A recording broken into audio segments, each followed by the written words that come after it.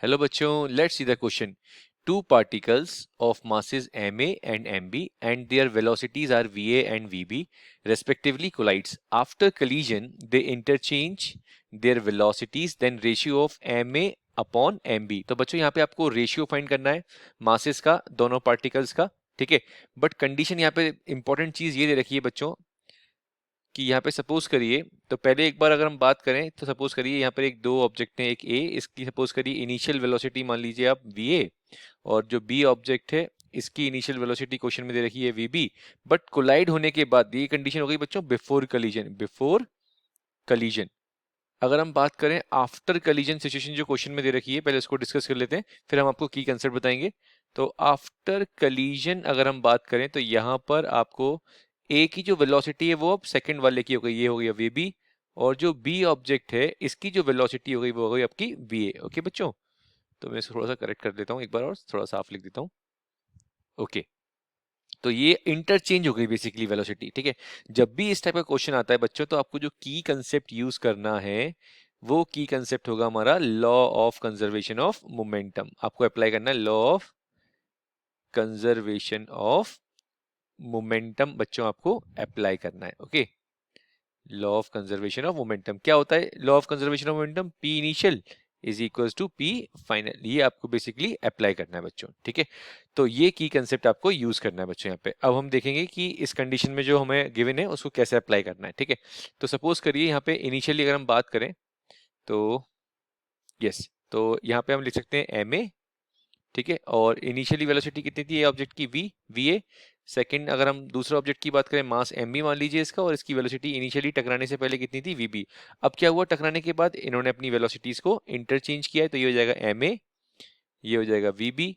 ठीक है, M A V B plus M B V A. ठीक है बच्चों, वेलोसिटीज क्या हो गई बच्चों, इंटरचेंज हो गई.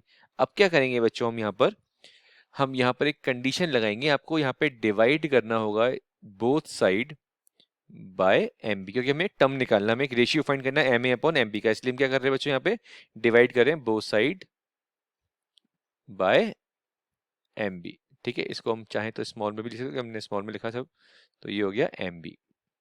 ओके, अब डिवाइड कर दीजिए बच्चों, तो ये हो जाएगा M A upon M B.